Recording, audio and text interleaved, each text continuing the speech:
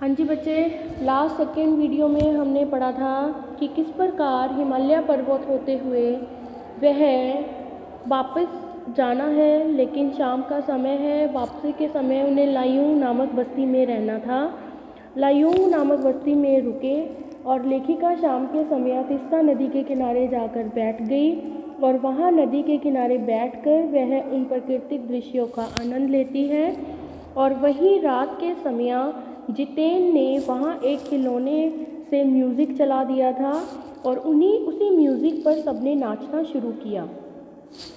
मस्ती और मादकता का ऐसा संक्रमण हुआ, ऐसा मिलन हुआ कि एक एक कर हम सभी सैलानी गोल गोल घेरा बनाकर नाचने लगे। मेरी 50 वर्षीय सहेली मनी ने कुमारियों को भी मात करते हुए वो जानदार नृत्य प्रस्तुत किया। हम सब अवाक उसे ही देखते रह गए। कितना आनंद भरा था उसके भीतर, कहाँ से आता था इतना आनंद।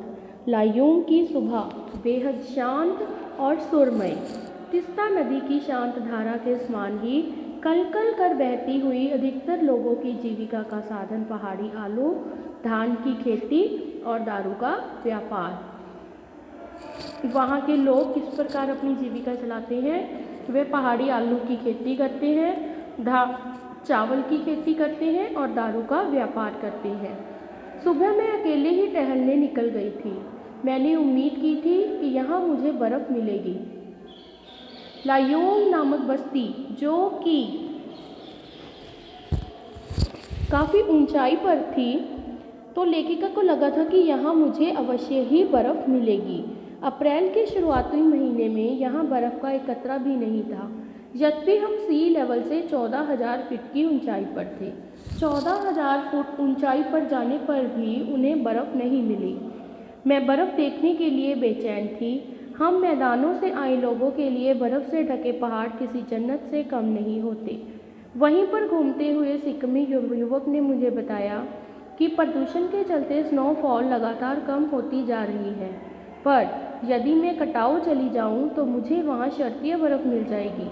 अब उनका नेक्स्ट पड़ाव कटाऊ यानी भारत का स्विट्ज़रलैंड। कटाऊ जो अभी तक टूरिस्ट स्पॉट नहीं बनने के कारण सुर्खियों में नहीं आया था, अपने प्राकृतिक स्वरूप में था। कटाऊ जो लायूंग से 500 फुट की ऊंचाई पर था, करीब 2 घंटे का सफ़र था। वह नवयुवक मुझसे बतिया रहा था। उसकी घरवाली अपने छोटे से लकड़ी के घर के बाहर हमें उत्सुकतापूर्वक देख रही थी कि मेरा पति किससे बातें कर रहा है। तभी गाय ने आकर वहाँ थैले में रखा हुआ महुआ गुड़ुप कर लिया। महुआ किसी फल का नाम है, गुड़ुप कर लेना, निगल लेना। गाय ने आकर वो फल खा लिया। मीठी झिड़कियाँ देकर उसने गाय को भगा दिया। उम्मीद, आवेश और उत्तेजना के साथ अब हमारा सफ़र कटाऊ की ओर। कटाऊ का रास्ता और ख़तरनाक था, उस पर धुंध और बारिश। जितेन लगभग अंदाज से ही गाड़ी चला रहा था। पहाड़, पेड़, आकाश, घाटियाँ, सब पर बादलों की परत, सब कुछ बादलमय। बादलों को चीरकर निकलती हमारी जीप। खतरनाक रास्तों के एहसास ने हमें मौन कर दिया था। उस पर बारिश, एक चूक, सब खल्लास। सांस रोके हम धुंध और फिसलन भरे रास्ते पर संभल कर आगे बढ़ती जीप को देख रहे थे। हमारी सांस लेने की आवाज़ों के सिवाय आसपास जीवन का कोई पता नहीं था। देखो, लायूंग नामक बस्ती 14,000 फुट की ऊंचाई पर थी। अब कटाऊ, जिसे भारत का स्विट्ज़रलैंड भी कहते हैं, वह आगे और 500 फुट की ऊंचाई पर था। तो ऐसे रास्तों पर जाते हुए लेखिका और उसके साथी डरे हुए हैं, क्योंकि कटाऊ अभी टूरिस्ट स्पॉट नहीं बना था, वहाँ कोई रास्ते नहीं निकाले गए थे, वह अभी सुर्खियों में नहीं आया था। तो ऐसे रास्तों पर जाते हुए वो डर रहे थे। हमारी सांस लेने की आवाज़ों के सिवाय आसपास जीवन का कोई पता नहीं था। फिर नज़र पड़ी बड़े बड़े शब्दों में लिखी एक चेतावनी पर, if you are marriage, divorce speed. थोड़ी ही दूर आगे बढ़े और फिर एक चेतावनी, दुर्घटना से देर भली, सावधानी से मौत टली। करीब आधे रास्ते बाद धुंध छटी, साथ ही सृष्टि और हमारे बीच फैला सन्नाटा भी हटा। नार्गे उत्साहित होकर कहने लगा, कटाऊ हिंदुस्तान का स्विट्ज़रलैंड है। मेरी सहेली मनी स्विट्ज़रलैंड घूम आई थी। उसने तुरंत प्रतिवाद किया। प्रतिवाद करना, विरोध करना। नहीं, स्विट्ज़रलैंड भी इतनी ऊंचाई पर नहीं है। इतनी ऊंचाई पर नहीं है और ना ही इतना सुंदर है। हम कटाव के करीब आ रहे थे क्योंकि दूर से ही बर्फ़ से ढके पहाड़ दिखने लगे थे। पास में जो पर्वत थे वह आधे हरे आधे काले दिख रहे थे। लग रहा था जैसे किसी ने इन पहाड़ों पर पाउडर छिड़क दिया हो। कहीं पाउडर बची रह गई हो तो कहीं वह धूप में बह गई हो। नार्गी ने उत्तेजित होकर कहा, देखिए मैडम, एकदम ताज़ा बर्फ़ है। लगता है रात में गिरी है ये बर्फ़। थोड़ा और आगे बढ़ने पर अब हमें पूरी तरह बर्फ़ से ढके पहाड़ दिख रहे थे, साबुन के झाग की तरह सब और गिरी हुई बर्फ़। मैं जीप की खिड़की से मुंडी निकालकर दूर दूर तक देख रही थी चांदी से चमकते पहाड़। एकाएक जितेन ने पूछा, कैसा लग रहा है? मैंने जवाब दिया, राम रोचो। राम रोचो का अर्थ है बहुत अच्छा। वह उछल पड़ा, अरे यह नेपाली बोली कहाँ से सीखी? अपनी भाषा के गर्व से उसकी आंखें चमक उठी, चेहरा इतराने लगा और तभी किसी चमत्कार की तरह हल्की हल्की बर्फ़ एकदम महीन महीन मोती की तरह गिरने लगी। आखिर लेखिका का बर्फ़ देखने का सपना पूरा हुआ। कटाव में आकर तिमरो माया सैंधे मलाई सत्ताउच, तुम्हारा प्यार मुझे सदा रुलाता है, ये शब्द जितेन ने कहे। चारों ओर बिखरी यह बर्फीली सुंदरता जितेन के मन पर भी थाप लगाने लगी थी। प्रेम की झील में तैरते हुए झूम झूम कर गाने लगा था। हम सभी सैलानी अब जीप से उतरकर बर्फ़ पर कूदने लगे थे। यहाँ बर्फ़ सर्वाधिक थी, सर्वाधिक सबसे अधिक। घुटनों तक नरम नरम बर्फ़। ऊपर आसमान और बर्फ़ से ढके पहाड़ हो रहे थे। कई सैलानी बर्फ़ पर लेटकर हर लम्हे की रंगत को कैमरे में कैद करने में लगे थे। मेरे पाँव झनझन करने लगे थे। मन वृंदावन हो रहा था। भीतर जैसे देवता जाग गए थे। ख्वाहिश हुई कि मैं भी बर्फ़ पर लेटकर इस बर्फीली जन्नत को जी भर देखूं। पर मेरे पास बर्फ़ पर पहनने वाले लंबे लंबे जूते नहीं थे। मैंने चाहा कि किराए पर ले लूं, पर कटाव पर युमथांग और झांगू लेक की तरह टूरिस्ट स्पॉट नहीं था। इसी कारण यहाँ झांगू की तरह दुनिया भर की तो क्या एक भी दुकान नहीं थी। खैर, दनादन फोटो खिंचवाने की बजाय मैं उस सारे परिदृश्यों को अपने भीतर लगातार खींच रही थी, जिससे महानगर के डार्क रूम में इसे फिर भर भर आंखों से देख सकूं। संपूर्णता के उन क्षणों में यह हिमशिखर, बर्फ से ढके पहाड़ मुझे मेरे आध्यात्मिक अतीत से जोड़ रहे थे। शायद ऐसी ही विभोर कर देने वाली दिव्यता के बीच हमारे ऋषि मुनियों ने वेदों की रचना की होगी। लेखिका को लगा शायद इसी शांत वातावरण में बैठकर हमारे ऋषि मुनियों ने वेदों की रचना की होगी, जीवन सत्यों को खोजा होगा, सर्वे भवन्तु सुखीन का महामंत्र पाया होगा। अंतिम संपूर्णता का प्रतीक वह सौंदर्य ऐसा कि बड़े से बड़ा अपराधी भी इसे देख ले तो क्षणों के लिए ही सही करुणा का अवतार बुद्ध बन जाए। और तभी दिमाग में कौंधा कि मिल्टन ने ईव की सुंदरता का वर्णन करते हुए लिखा था कि शैतान भी उसे देखकर ठगा सा रह जाता था। तो लेखिका को मिल्टन की कविता याद आई जिसने लिखा था कि इतनी सुंदरता को शैतान भी देखकर हैरान रह जाता है। दूसरों का अमंगल करने की प्रवृत्ति भूल जाता है, दूसरों का बुरा करने की वृत्ति भी वह भूल जाता है। मैंने मनी से पूछा क्या उसने पढ़ी है मिल्टन की यह कविता, पर मनी उस समय किसी दूसरे ही सवाल से जूझ रही थी। वह एकाएक दार्शनिकों की तरह कहने लगी, ये हिम शिखर जल स्तंभ है पूरे एशिया के। देखो प्रकृति कितने नायाब ढंग से सारा इंतजाम करती है। सर्दियों में बर्फ़ के रूप में जल संग्रह कर लेती है, संग्रह करना, इकट्ठा करना, और गर्मियों में पानी के लिए जब त्राही त्राही मचती है तो यही बर्फ़ शिलाएँ पिघलकर जल धारा बनकर हमारे सूखे कंठों को तरावट पहुंचाती है। कितनी अद्भुत व्यवस्था है जल संचय की, अर्थात कि प्रकृति कितने अच्छे ढंग से जल इकट्ठा करती है। सर्दियों में बर्फ़ के रूप में इसे इकट्ठा करती है और गर्मियों में जब सब लोग पानी के लिए व्याकुल होते हैं तो यही नदियों के द्वारा यही जल हमारे तक पहुंचता है। मणि ने अभिभूत हो माथा नवाया, जाने कितना ऋण है, ऋण कर्ज हम पर इन नदियों का, हिमशिखरों का। संसार कितना सुंदर, स्वप्न जगाते उन लम्हों में मैंने सोचा, पर तभी उदासी की एक झीनी सी परत मुझ पर छा गई। उड़ते बादलों की तरह पत्थर तोड़ती उन पहाड़ियों का ख्याल आया। झीनी सी परत, पतली सी, मेरे मन में उदासी छा गई, क्योंकि उन्हें उन पहाड़ियों का ख्याल आया था कि किस प्रकार वो पत्थर तोड़ रही थी। आत्मा की अनंत परतों को चीरता हुआ हमारा ये सफ़र थोड़ा और आगे बढ़ा, क्योंकि अब उन्हें वापस आना है युमथांग की तरफ। तभी देखा इक्की दुक्की फौजी छावनियाँ, अब फौजियों की छावनियाँ आ गई।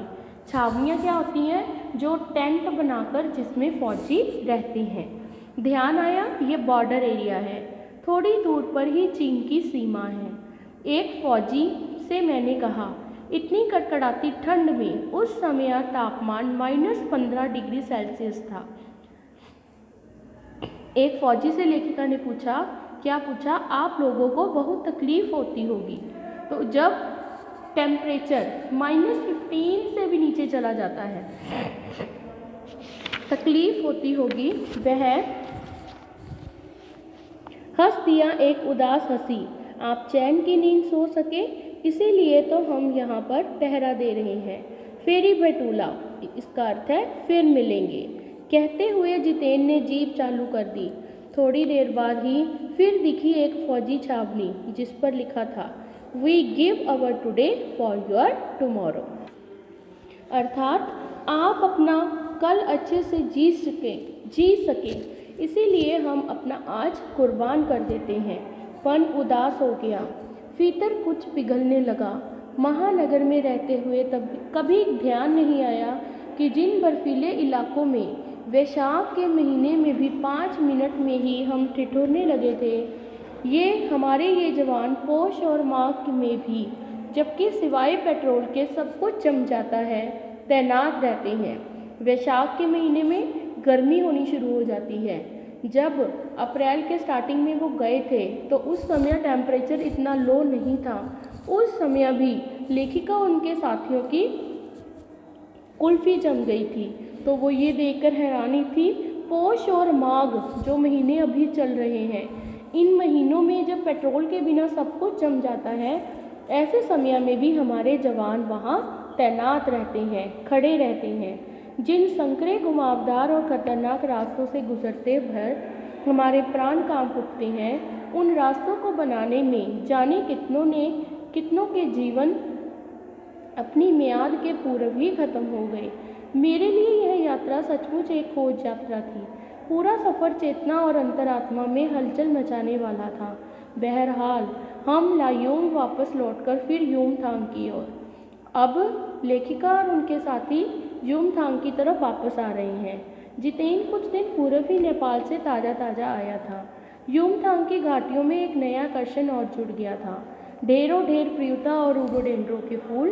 जितेन बताने लगा, बस 15 दिनों में ही देखिएगा पूरी घाटी फूलों से इस कदर भर जाएगी, लगेगा फूलों की सेज रखी हो।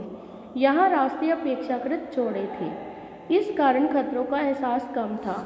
अब ऊंचाई से वो थोड़ा नीचे आ गए थे तो रास्ते थोड़े चौड़े होने शुरू हो गए थे, क्योंकि इन्हीं रास्तों से वो पहले गुजर चुके थे। इन घाटियों में कई बंदर भी दिखे, कुछ अकेले तो कुछ अपने बाल बच्चों के साथ। घाटियों, वादियों, पहाड़ों और बादलों की आंख मिचौली दिखाती पहाड़ी कबूतरों को उड़ाती हमारी जीप अब जब युमथांग पहुंची तो हम थोड़े निराश हुए।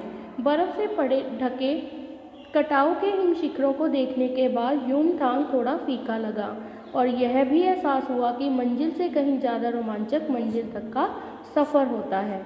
बहरहाल युमथांग में चिप्स बेचती एक सिक्किमी युवती से मैंने पूछा, क्या तुम सिक्किमी हो? नहीं, मैं इंडियन हूँ, उसने जवाब दिया।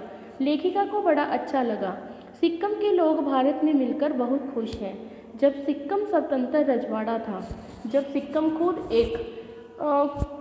खुद की स्टेट था, खुद एक स्वतंत्र राज्य था, तब टूरिस्ट उद्योग इतना अधिक फला फूला नहीं था।